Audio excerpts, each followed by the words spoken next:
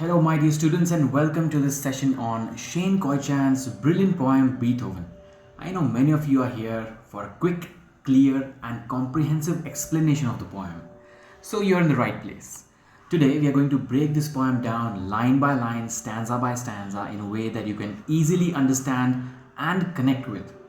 Whether you are preparing for an exam or simply trying to grasp the depth of this masterpiece, this explanation will leave no doubts in your mind. Now, before we dive in, let me briefly introduce this poem. Beethoven is a tribute to legendary composer Ludwig van Beethoven, who overcame incredible challenges, including deafness, to create some of the most beautiful music in history. Shane Koyczan, a modern spoken word poet, uses powerful imagery, repetition, and emotion to tell Beethoven's story in a way that inspires and moves us.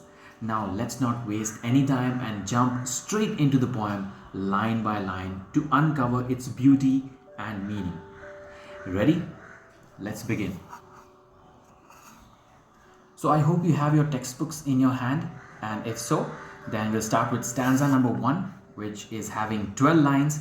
Line number 1 is: His father made a habit out of hitting him, which means Beethoven's father often hit him, creating a tough and abusive environment. Line number 2 says, See, some men drink, some men yell, some men hit their children. It means men deal with their problems differently, some by drinking, some by yelling, and some by abusing. Line number 3 is, This man did it all. It means Beethoven's father did all of these. He drank, he yelled, and hit. Line number 4 and 5, it's like, because I guess all men want their boys to be geniuses. It means his father believed abuse would make Beethoven a genius. Line number 6 and 7 says, Beethoven, little boy, living in a house where a name meant nothing. Young Beethoven lived in a home where his own identity held no value at all. That's the meaning. Line number 8 and 9 says, living in a house where mercy had to be earned through each perfect note. It means he had to play music perfectly to avoid his father's anger.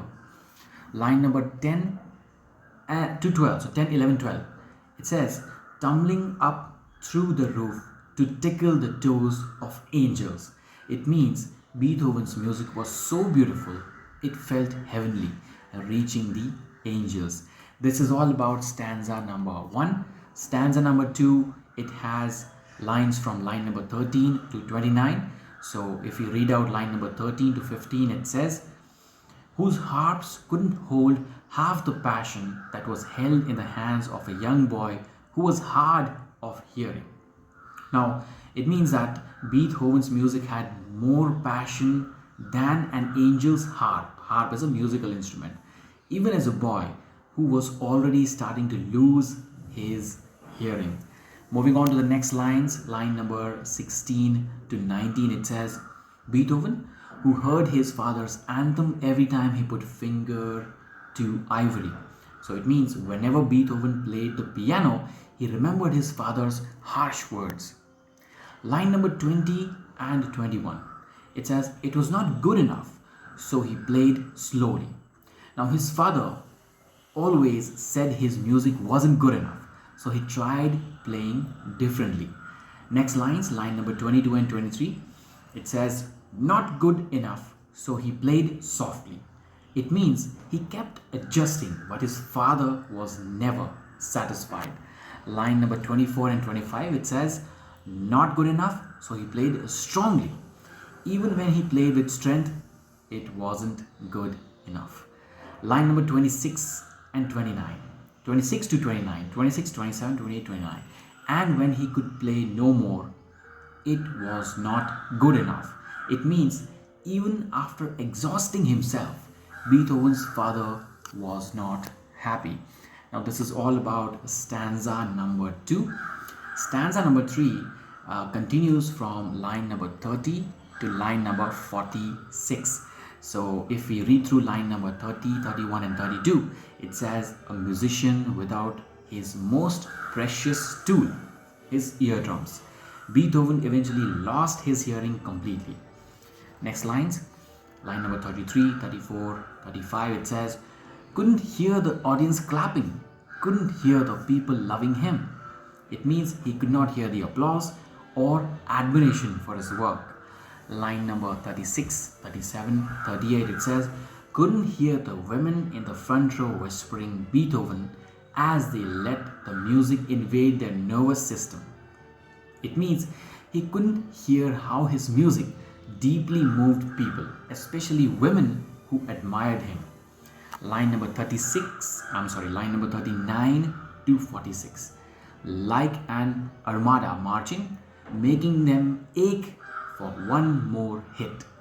It means his music was so powerful and so addictive that it filled people with intense emotions. This is all about stanza number 3. Stanza number 4, it continues from line number 47 to line number 61. And if we start off with line number 47 and continue till 50, it says, the man got down on his knees for no one, but amputed the legs of his piano. It means Beethoven refused to bow to anyone, but cut off his piano's legs to feel its vibrations through the floor. Line number 51, 52, 53, it says, the man got down on his knees for music. He showed devotion only to his music, not to the people. Next lines, line number 54 to 61, it reads, and when the orchestra played his symphonies, not making a sound. It means musicians mocked him by pretending to play without sound. But this silence became the ultimate tribute to his genius. This is stanza number 4. Moving on to stanza number 5, it goes on from line 62 to 77.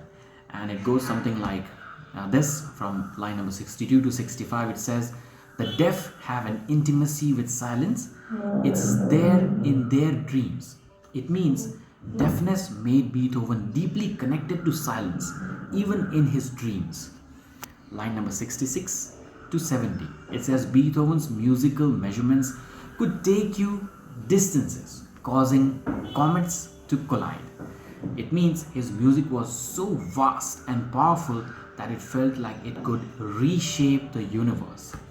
Line number 71 to 77. It says, distance must be an illusion. The man must be a genius. It means people finally understood that Beethoven's brilliance went beyond human limitations. So this is all about stanza number 5. Moving on to stanza number 6, it continues from lines 78 to 96. And if you read through lines 78 to 81, it says, his thoughts moving at the speed of sound, transforming emotions into music. It means Beethoven's mind worked so fast, turning his deepest feelings into music. Next lines, line number 82 to 85, it says, for a moment it was like joy was a tangible things. Tangible means things that you can touch. So the line says, for a moment it was like joy was a tangible thing, like you could touch it. So it means his music made joy feel real and touchable. Line number 86 to 89, it says, like for the first time we could watch love and hate dance together. So it means his music captured complex emotions, blending love and hate in a perfect harmony. Line number 90 to 96. That we finally understood the history wasn't important. All we ever had to do was listen. It means Beethoven's life story wasn't as important as his music. To understand him, we only needed to listen to what he created. Now, that's the simplified explanation of each line, each stanza. I hope it is clear to you. If you still have doubts, do mention it in the comment section and I will be happy to help. Now, those of you who are here for some further deep dive, stay back and we'll talk about this poem and everything that surrounds it. So, first of all, let's meet the voice behind this tribute. Shane Koyczan is how it is pronounced. Um, a poet who does not just write but sculpts his words into living, breathing emotions. His work is not confined to the page, it is a performance, a symphony of language that resonates deep within the soul. Koichan is not your traditional poet, he is a revolutionary voice in contemporary spoken word poetry, a master storyteller. He has the ability to take the mundane and weave into something extraordinary. His themes range from bullying to resilience, love to loss, and in this case, the genius of Beethoven, the man who turned silence into symphonies. Now imagine this. Shane Koyczan does not merely tell us Beethoven's story. He invites us into his world, a world where a father's harsh discipline echoes in every note played on ivory keys, a world where music is not just heard but felt. Through the vibrations of a piano with amputated legs, Koichan captures the struggle, the madness, and the genius of Beethoven in a way no textbook could ever tell. In his poem, Beethoven, Koichan doesn't just celebrate the musician, he celebrates the human spirit, the unyielding determination to rise above limitation, to transform suffering into something divine.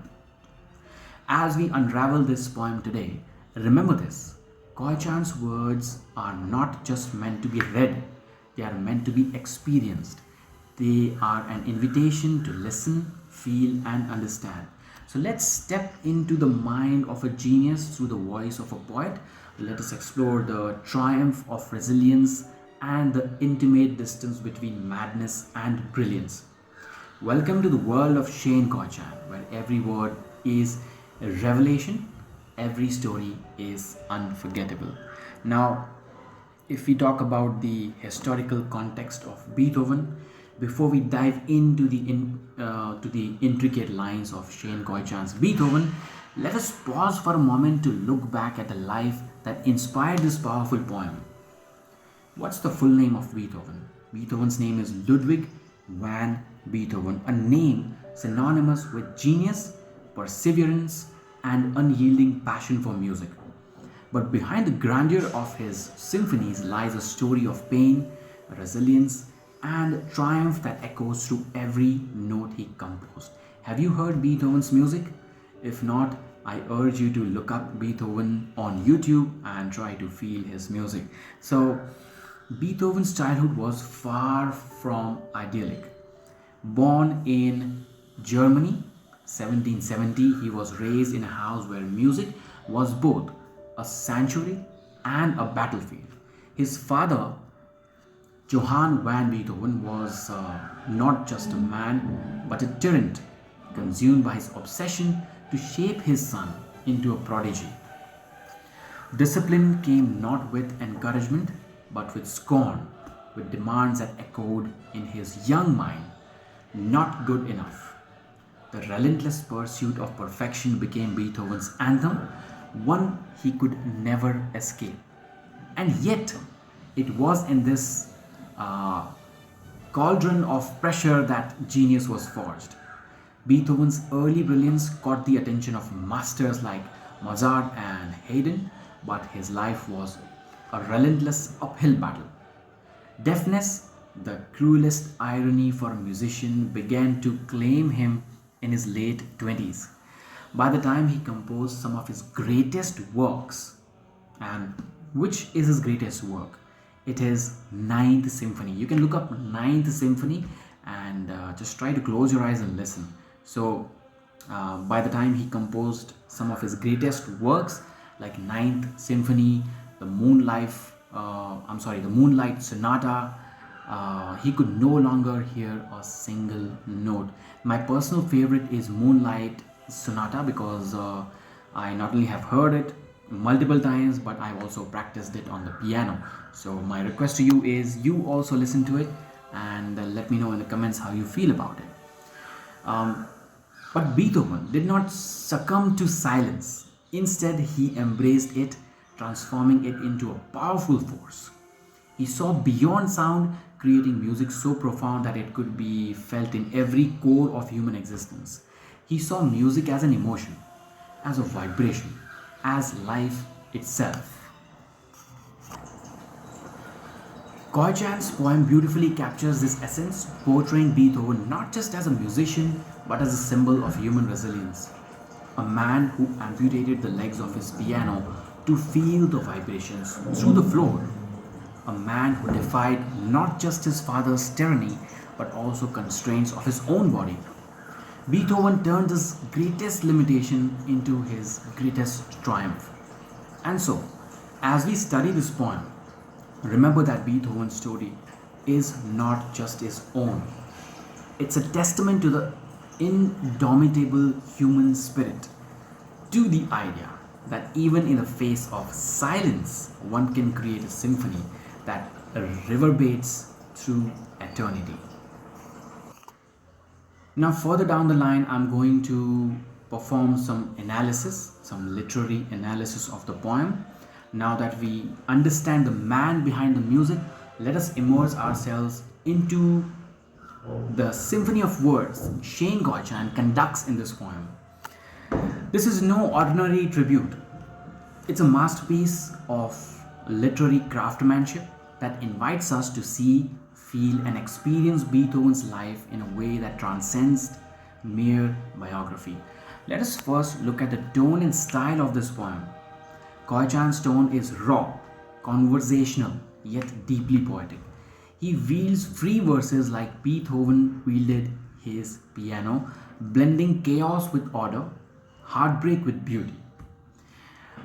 The poem flows like music itself, soft and slow at times, strong and thunderous at others, perfectly mirroring the emotional highs and lows of Beethoven's life. Koyczan doesn't sugarcoat the pain. Instead, he uses it to reveal the brilliance of resilience. Next, we move to the imagery and symbolism. The true powerhouse of this poem is imagery and symbolism. Koyczan paints with words so vividly that you can almost hear the clicking keys of the piano and feel the vibrations of the sound through the floor. Consider the image of tickling the toes of angels.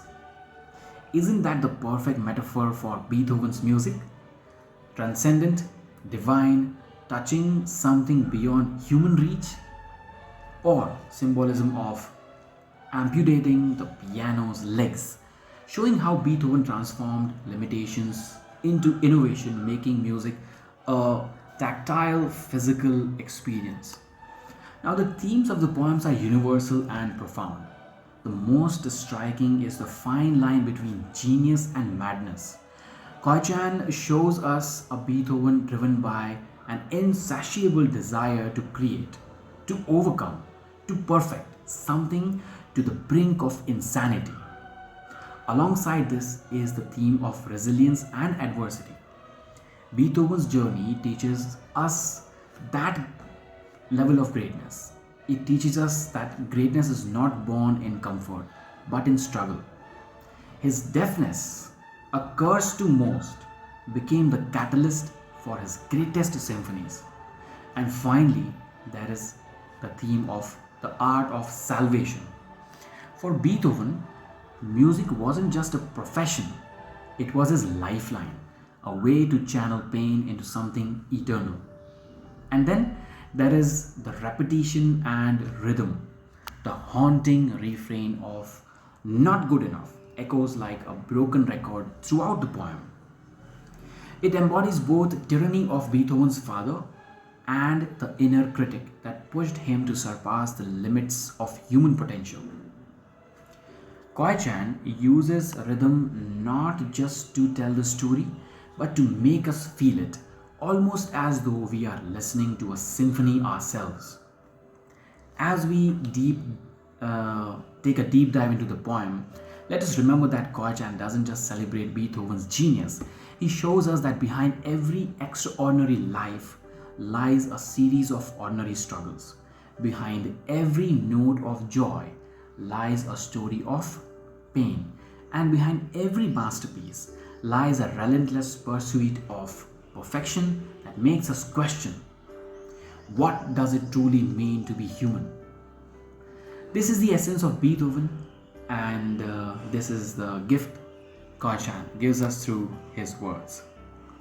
Now, moving further down the line, let's talk about the philosophical interpretation of the poem. Let's step beyond the words of Shane Koyczan's Beethoven and delve into the deeper philosophical layers woven into the poem. This is not merely a story about a great musician or the trials he faced. It is a meditation on the human condition, a reflection on the delicate interplay between suffering, resilience, and creativity.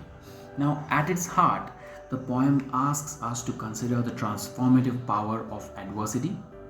Beethoven's life, as Koyczan portrays it, was marked by pain, which was physical, emotional, and psychological.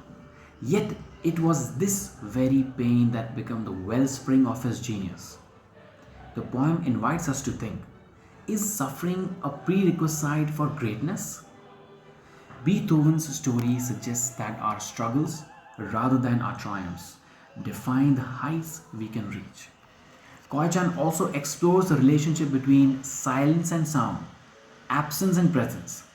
For Beethoven, silence was not the end of his art, but its rebirth. He could no longer hear, but he could feel. He could no longer perceive sound, but he could imagine it. The poem challenges us to see limitations not as barriers, but as opportunities to innovate, to find new ways of expressing ourselves. In this way, Beethoven becomes not just a tribute to a man, but a manifesto for the indomitable human spirit. Another profound theme is the universality of art. Beethoven's music transcended his personal struggles and connected with audience across generation. Koyczan's poem reminds us that true art born from the depths of human emotions is timeless. It speaks to our shared humanity, our ability to find even in the darkest corners of existence. Finally, the poem touches on the concept of genius as both gift and burden. Koyczan vividly portrays Beethoven as a man haunted by the echoes of not good enough. It forces us to ask, is greatness worth the cost? Perhaps Beethoven himself did not know, but his legacy answers the question for him. His music is a testament to the idea that true greatness often demands sacrifice. As we reflect on this poem, let us not only admire Beethoven's genius but also find inspiration in his journey.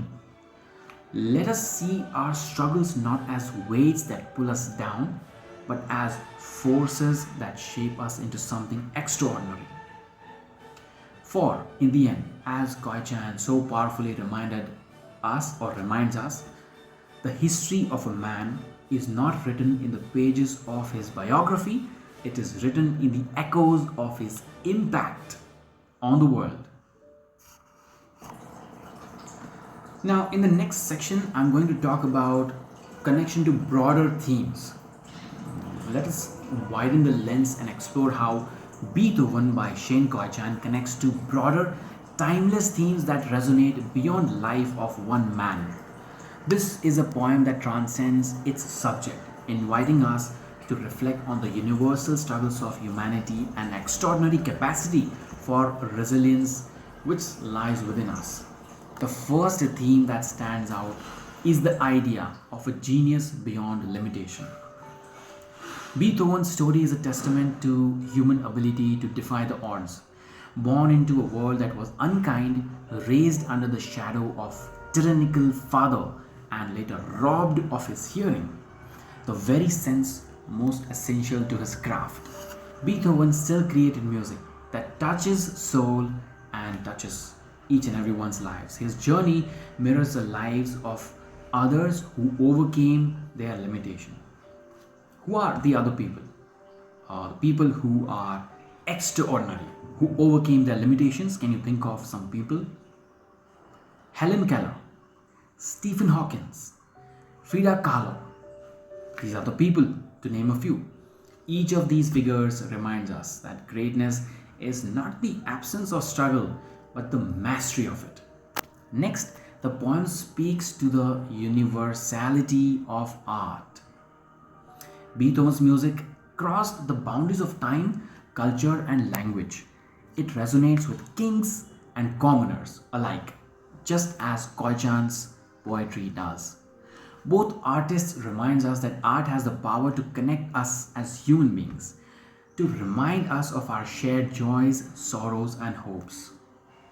The theme of resilience through adversity is another thread that ties the poem to broader human experiences. Beethoven's refusal to succumb to his challenges is a lesson for all.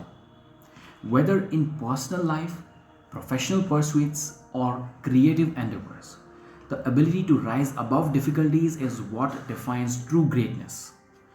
Koichan's words reminds us that resilience is not about avoiding pain. It is about using it as catalyst for the growth and transformation. Finally, the poem invites us to consider the relationship between madness and genius. Beethoven's obsessive pursuit of perfection, his relentless drive, and his uncompromising standards make us question the cost of brilliance. Is it possible to achieve true greatness without venturing into the realms of madness? And if so, where do we draw the line between the two? In connecting Beethoven's story to these larger themes, Koichan offers us not just a portrait of a musician, but a mirror in which we can see ourselves. He reminds us that within each of us lie the potential for resilience, creativity, and impact. Beethoven's symphonies may have been his legacy, but the broader message of his life and this poem is that every human being, when faced with adversity, has the capacity to create something extraordinary. As we move forward, let us carry these lessons with us, that our limitations are not the end of our story, but the beginning of our symphony. Next is the role of silence in the poem. Did you ever wonder that silence can move mountains? So, silence, it's a word that often carries connotations of emptiness and absence or void.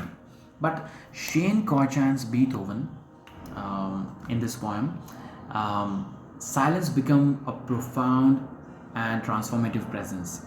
Silence becomes a very, it's just like an entity that becomes very profound. So let us now explore in this poem as to how Koyczan has redefined silence, not as a limitation, but as a gateway to the genius, an intimate companion, and a force that reshapes the boundaries of art.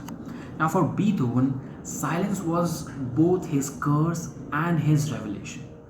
As deafness crept into his life, it took away the ability to hear the music he so deeply loved. Yet, as Koyczan portrays, silence did not silence him, it redefined him. When Beethoven could no longer hear the sound, he turned vibrations, feeling the symphony resonate through the floor as if the universe itself was communicating with him. The act of amputating the piano's legs was not one of the despair but of adaptation, a declaration that silence would not dictate the terms of his genius. Koyczan also shows us that deaf have an intimacy with silence. For Beethoven, this intimacy allowed him to access the realm beyond sound. Silence became his canvas, and on it, he painted symphonies that were unbound by the physical limitations of hearing. In his silence, he could hear the whispers of the stars, the crashing of constellation, and infinite symphonies of emotions that only silence could bring to life. But this silence wasn't just personal, it was universal. Koyczan illustrates this in his scene where musicians mock Beethoven, holding their bows a quarter inch above the string. creating no sound. Now, friends, in that moment, they unknowingly capture the essence of his genius. Silence itself becomes music. It becomes a space where emotions are felt most profoundly, where the audience is forced to listen not with their ears but with their soul. This transformation of silence into a creative force holds a powerful lesson for us all. In our lives, silence often comes in the form of setbacks, losses, or obstacles. But as Beethoven teaches us, silence can be an opportunity, a space to reflect, to adapt, to innovate. And it reminds us that true artistry, true greatness is not about what we have, but about how we use what remains. In Beethoven, in this poem, silence is not the absence of sound, it is the presence of something deeper. It is the space where resilience meets creativity, where limitations give rise to boundless possibilities. And so, as we reflect on this poem, let us remember that silence, far from being empty, is full of potential. It is not something to fear, but something to embrace. For it is often silence that we find the most profound symphonies of our lives. Now comes the next section, that is the sheer power of performance in Shane Koyczan's Beethoven. Now, this is not just a poem, it is a visceral experience. It is a symphony of emotions brought to life through the rhythm of words, the cadence of delivery, and the weight of every pause. Koyczan doesn't merely tell Beethoven's story, he performs it, and in doing so, he makes us feel it. So, the emotional appeal of this poem lies in its ability to connect us to Beethoven's struggles. Koyczan's words are deliberate, each one striking a chord within us, like the keys of a piano. When he speaks of Beethoven's hands cramping into gnarled roots of tree trunks in double quotes, we don't just see the pain, we feel it in our own bones.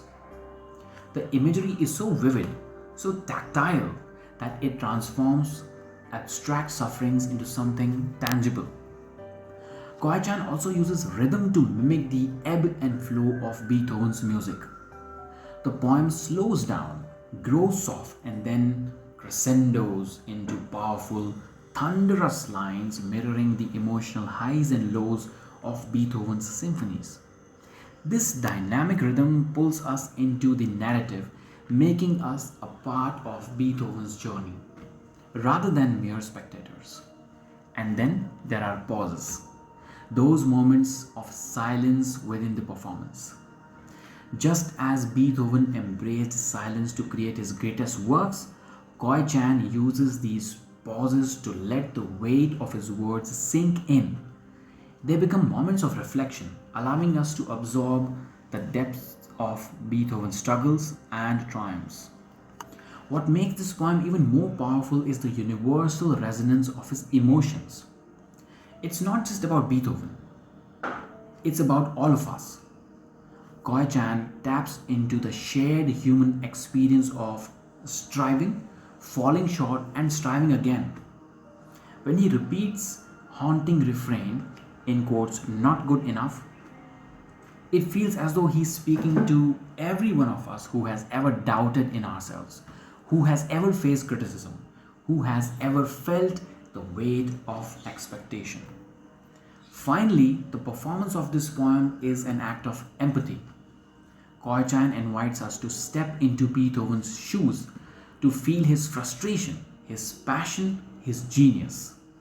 He transforms a historical figure into a living, breathing human being, and in doing so, he reminds us of the power of art, not just to entertain, but to connect, to heal, and to inspire. As we reflect on Beethoven, let us remember that its power lies not just in words but in its ability to move us.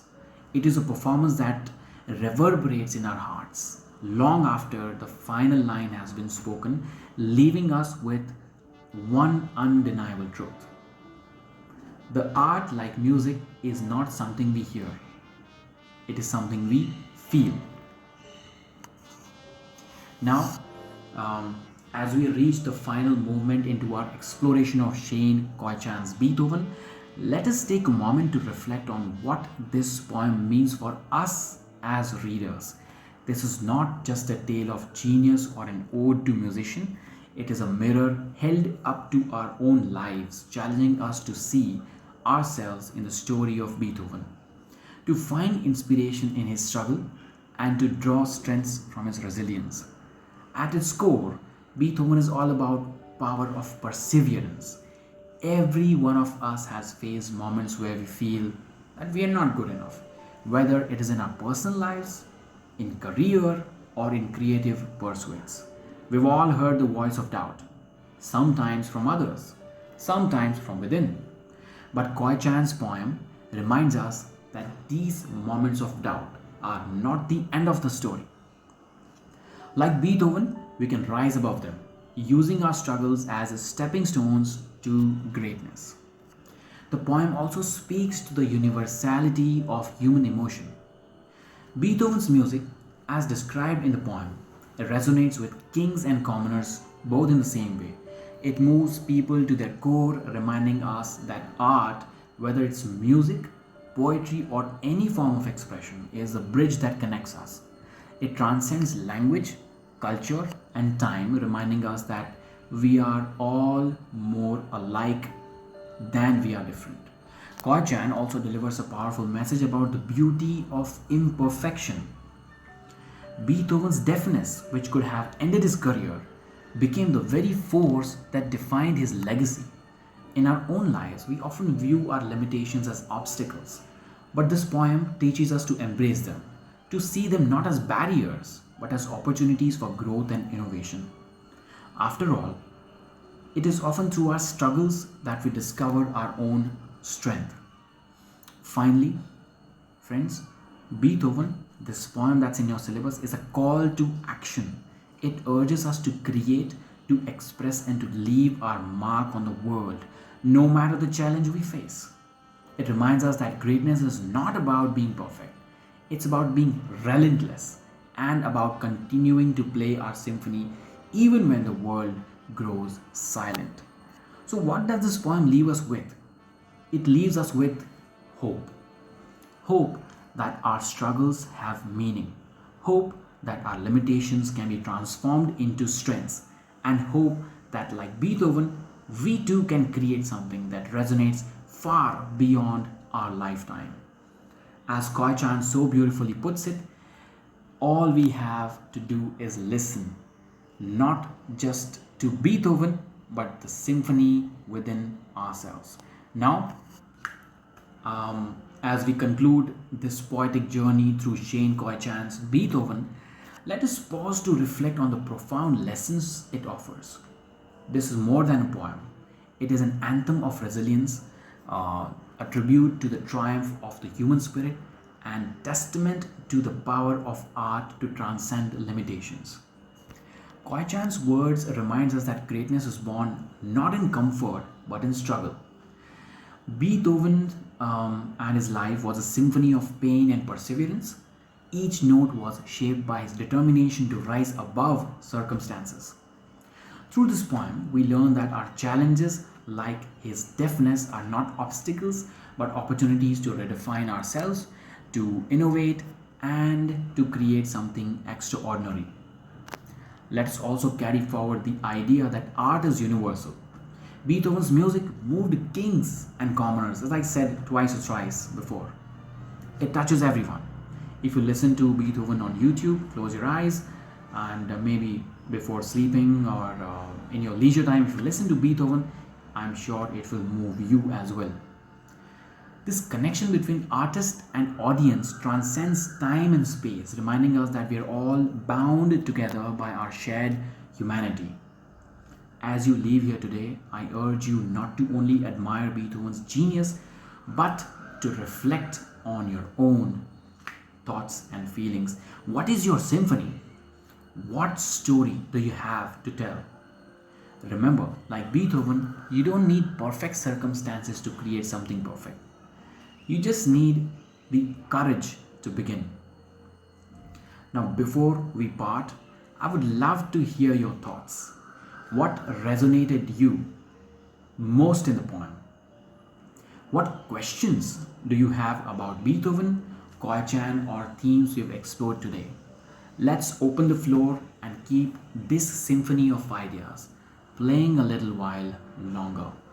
This is your professor signing off and hope you have a musical day ahead.